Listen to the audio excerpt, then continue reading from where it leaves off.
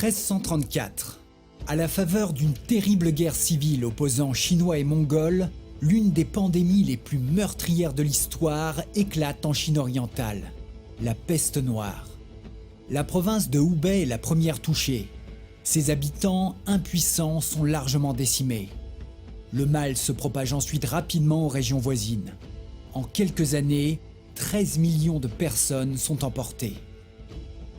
Progressivement, la pandémie se ferait un chemin vers l'ouest. S'invitant dans les caravanes marchandes et les convois militaires, elle remonte lentement la route de la soie et se propage jusqu'à la mer Noire.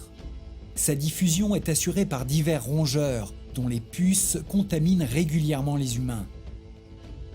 En 1346, les Mongols sont aux portes de la cité portuaire de Kaffa en Crimée. Eux qui étaient venus pour s'emparer de cet important comptoir commercial génois sont à présent décimés de l'intérieur.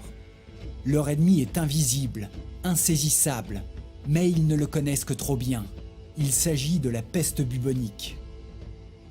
Retranchés derrière leurs fortifications, les assiégés se croient en sécurité. Ils se trompent lourdement.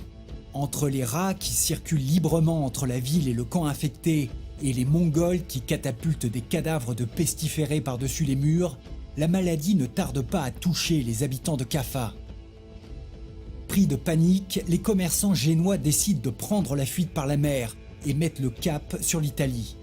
Ce qu'ils ignorent, c'est que la peste noire s'est invitée à bord et qu'ils la conduisent à présent tout droit en Europe.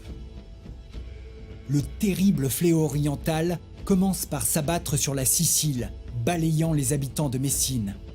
Inexorablement, il remonte ensuite vers le nord pour s'étendre à toute l'Europe. De 1347 à 1352, la peste noire fait 25 millions de victimes, réduisant d'un tiers la population du continent.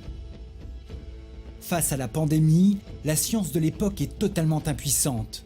Les médecins sont complètement dépassés et prodiguent des soins inutiles, voire néfastes. Saignées et administration de laxatifs sont monnaie courante et ne font que précipiter les malades dans les bras de la grande faucheuse.